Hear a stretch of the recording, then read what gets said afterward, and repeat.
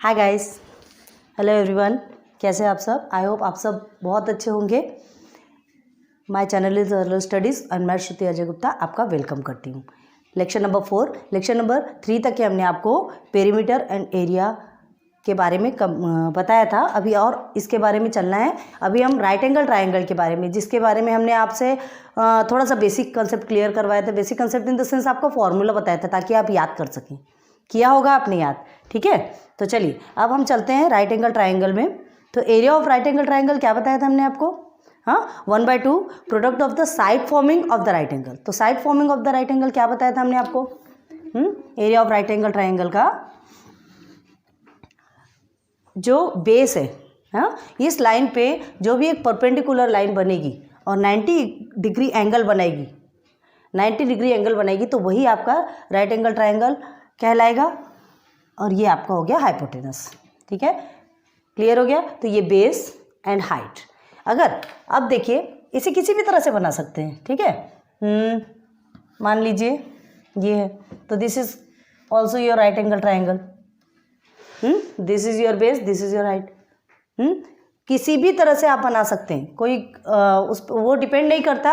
लेकिन ये ध्यान रख दीजिए कि वो 90 डिग्री एंगल अगर बना रही है तो वो right angle triangle, area of right angle triangle. समझ में आ रहा है? क्लियर हो गया यहाँ तक? हाँ, अब देखिए आप जस्ट लाइक आपको ये ऑब्ट्यूज एंगल है आपका। अब इसमें आपको क्या करना है? राइट एंगल ट्राइंगल फाइंड करना है। तो क्या करेंगे आप? हमें बेस तो आपको मिल गया, हाँ, बेस आपका ये मिल गया, लेकिन आपको हाइट फाइंड करना है। तो हाइट फाइंड करने के लिए क्या करेंगे? इसे कुछ इस तरह से बढ़ाएंगे। हमने क्या कहा? परपेंडिकुलर लाइन, बेस पे एक परपेंडिकुलर लाइन होनी चाहिए, ठीक है। तो ये परपेंडिकुलर लाइन, अब ये आपकी हाइट होगी। ये आपका हाइट होगा। क्लियर है? समझ में आ गया होगा उम्मीद करते हो। और देखिए अगर आपका ट्राइंगल, इक्विलेटरल ट्राइंगल जिसे कहते हैं, ये ऐसा है। अब इसमें आपको क्या करना है?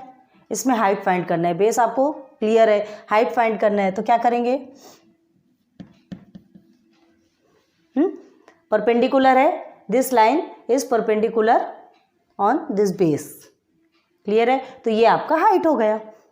क्यों हाइट हो गया? देखिए 90 डिग्री एंगल बन रहा है कि नहीं बन रहा है? 90 डिग्री एंगल बन रहा है कि नहीं बन रहा है? सो ये सब आपका क्लियर हो गया। तो क्या एरिया ऑफ द ट्राइंगल क्या बताया था हमने आपको? 1/2 multiply by base into height, ठीक है। चलिए इसके कुछ एग्जाम्पल्स देखते हैं, आपको समझ में आएगा। टेक्स्ट बुक ओपन करके रखिए। देखिए, if the side that form the right angle of the triangle are 3.5 centimetre and 4.2 centimetre long, ठीक है। हाँ, find the area of the triangle. Triangle का एरिया हमको फाइंड करना है। अब आपको क्या क्या गिवन है? Area of the if the sides that form the right angle triangle. Right angle triangle बनाना है जिसमें आपको क्या क्या मिला है? ट्राइंगल में 3.5 सेंटीमीटर एंड 4.2 सेंटीमीटर लॉन्ग आपका गिवन है। तो 4.2 सेंटीमीटर एंड ये क्या करेंगे आप? एरिया ऑफ द ट्राइंगल क्या है आपका? एरिया ऑफ द, हमने ये ट्राइंगल ऐसे बनाया है, ठीक है, इतना नहीं कर रहे। अब देखिए क्या है? Is equal to 1/2 multiply by base into height. Clear है? Base into height. अब आपका बेस क्या है? तो देखिए यहाँ गिवन है आपको 3.5 centimetre and 4.2 centimetre long. Area निकालना है तो देखते हैं। 1.2 है, 3.5 आपका बेस हो गया, ठीक है। Sides forming the right angles, right angle form कर रहा है ना, तो 3.5 सेंटीमीटर एंड और क्या दिया है आपका? 4.2 सेंटीमीटर, 4.2 सेंटीमीटर। अब आपको इसे सॉल्व करना है। डायरेक्ट सॉल्व कर सकते हैं। 2 है, ये इवन नंबर है, ये भी कट हो सकता है। 2 1 ज़ा 2, 2 2 ज़ा 4, देन 2 1 ज़ा 2। अब आप इसे मल्टीप्लाई करेंगे। 3.5 मल्टीप्लाई बाई 2.1, आपका आंसर आएगा 7.35 स्क्वेयर मीटर। हमने कहा था इसे जो एरिया निकलता है वो square metre, square centimetre, square kilometre वैसे ही निकलता है। ये आपका एक आंसर निकल गया। एक एग्जांपल और देखते हैं। The base of a triangle, है ना, बेस आपको गिवन है 5.6 centimetre and height is 4.5 centimetre. ठीक है, बेस क्या गिवन है, देखिए एरिया ऑफ द ट्रायंगल आपका ऑलरेडी गिवन है।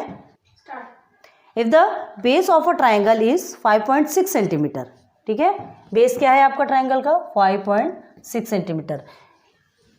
आपको फॉर्मूला हमने नहीं अभी मिटाया, आप ध्यान दीजिए। बेस ऑफ अ ट्रायंगल आप 5.6 सेंटीमीटर है, ये तो आपको ऑलरेडी रहेगा 1/2। एंड क्या गिवन है आपका, हाइट 4.5 सेंटीमीटर। सिंपल है।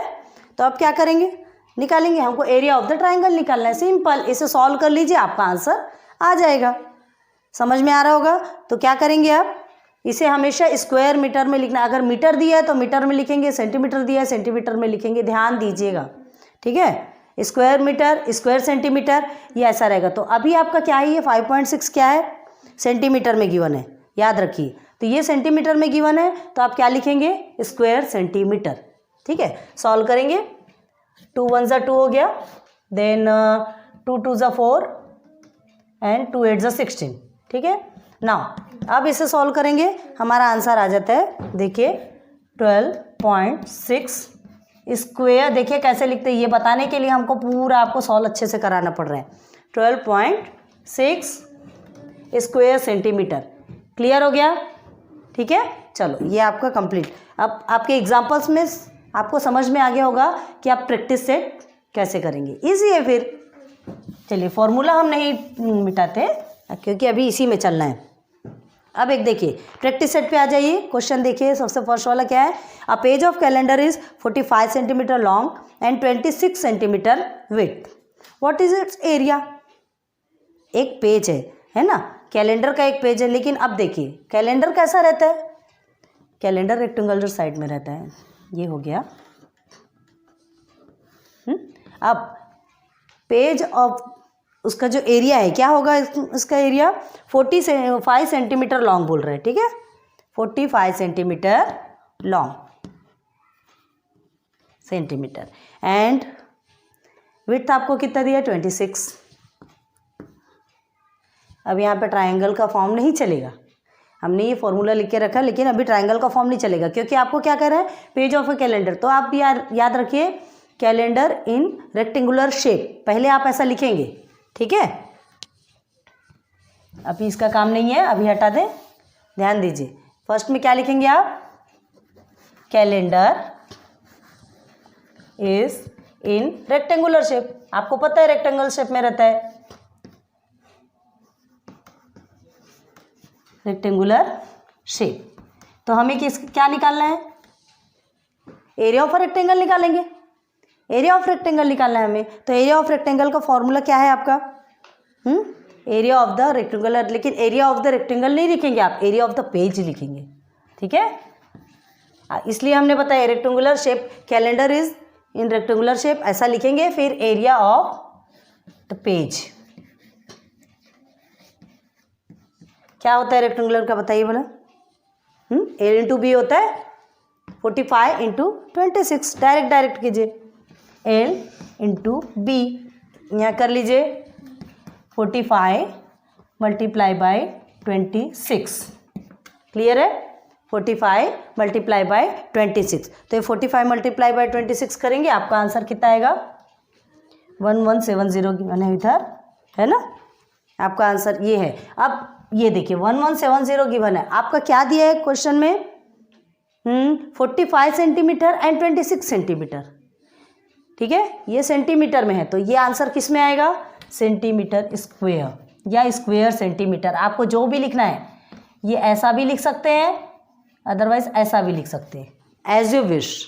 ठीक है, हो गया आपको, बहुत इजी है, बहुत इजी। अभी स्टार्टिंग में आपको बहुत इजी मिलेंगे, टेंशन लेने की ज़रूरत नहीं है ना।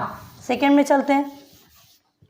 सेकेंड आपको क्वेश्चन क्या दिया है, what is the area of the triangle with the base 4.8 centimetre and height 3.6 centimetre. Simple है, एरिया ऑफ द ट्राइंगल, पहले फॉर्मूला लिख लीजिए। ठीक है,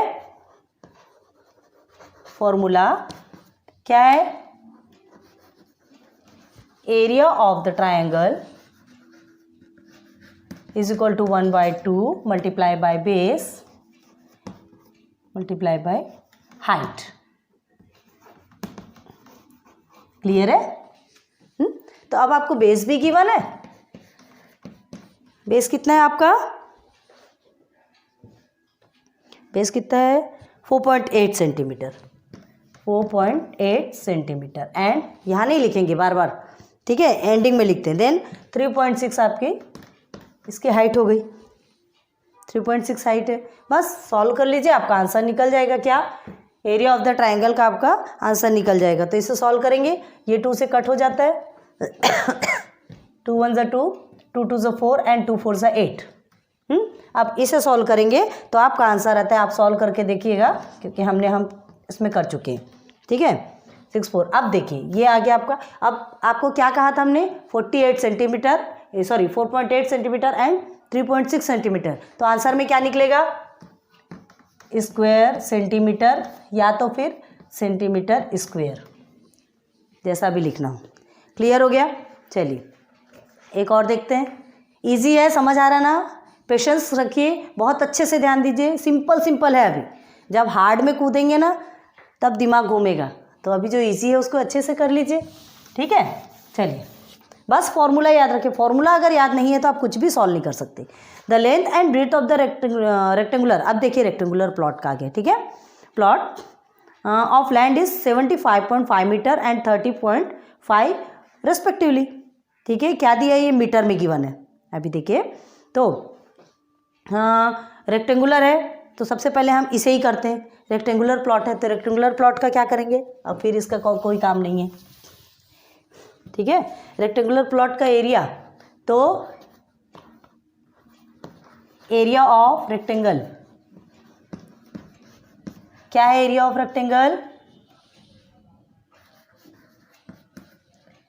L इंटू बी है, ठीक है। तो अब L इंटू बी है तो आपका क्या निकलेगा? L क्या है आपका? प्लॉट 75.5 मल्टीप्लाई बाई ब्रेथ कितना है इसका? 30.5। क्लियर है? ठीक है। इसे सॉल्व कीजिए। आपका कितना निकलता है? देखिए 2305। ये हम सब सॉल्व करके रखे तो आपको बता रहे हैं, ठीक है। 5। हाँ अब देखिए आपका क्या था? ये 75.5 एंड 30.5, ये आपका मीटर था, याद कीजिए मीटर है। तो यहाँ हम क्या लिखेंगे? मीटर स्क्वायर या तो फिर स्क्वायर मीटर, दोनों में से कोई भी एक लिखना है आपको। ये आपका आ गया। अब आपसे आगे देखते हैं। ये सिर्फ फर्स्ट पॉइंट का हमने आंसर्स निकाले हैं। फर्स्ट पॉइंट, अभी हम सेकंड पे गए भी नहीं। अब सेकंड पढ़ते हैं। देखिए सेकंड में क्या दिया है? What is the cost of the plot at the rate of 1000 पर स्क्वायर मीटर। अब देखिए आपका क्या निकला? एरिया ऑफ रेक्टेंगुलर प्लॉट निकल गया, इतना एरिया है। अब आपसे पूछ रहा है what is the cost of the plot.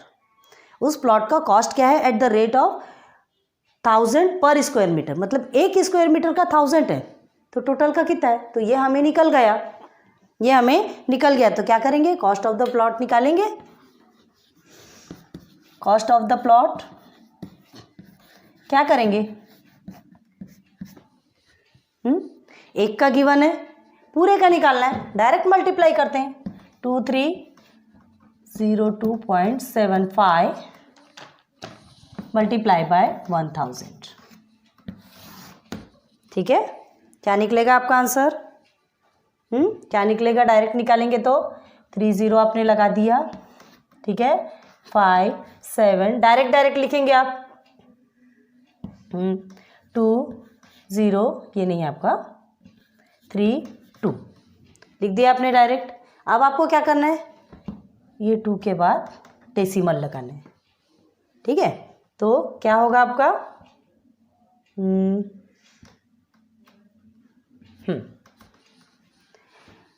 क्या होगा आपका?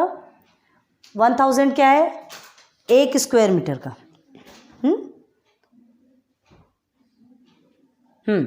प्लॉट ऑफ एरिया एक स्क्वायर मीटर का 1000 है आपका। तो इतने स्क्वायर मीटर का कितना रहेगा? तो टोटल देखिए 23,02,000 750। क्लियर है, समझ में आ गया यहाँ तक? बहुत इजी है अभी तक जितना समझाया। अब इसके बाद फिर आपको लेकर के चलेंगे नेक्स्ट टर्म पे, ठीक है? पहले आप इतने को सॉल्व कीजिए। उम्मीद करती हूँ कि आपके बहुत अच्छे से समझ में आया होगा। आज का लेक्चर हम यहीं एंड करते हैं, और अगर अच्छे से समझ आया है तो प्लीज़ लाइक सब्सक्राइब शेयर करते जाइए, और कमेंट सेक्शन पे कमेंट कीजिए कि आपको कुछ समझ आ रहा है या कोई प्रॉब्लम हो रही है। प्लीज़ जो भी प्रॉब्लम हो आप क्लियर कर सकते हैं, हम आपके लिए फिर से वीडियो लेकर के आएंगे, ठीक है? और सब्सक्राइब करते जाइए ताकि आपको हमारे जो न्यू नोटिफिकेशन है, जो भी वीडियोस बनेंगे उसके नोटिफिकेशन आपको मिलते जाएंगे। So good luck, goodbye, thank you.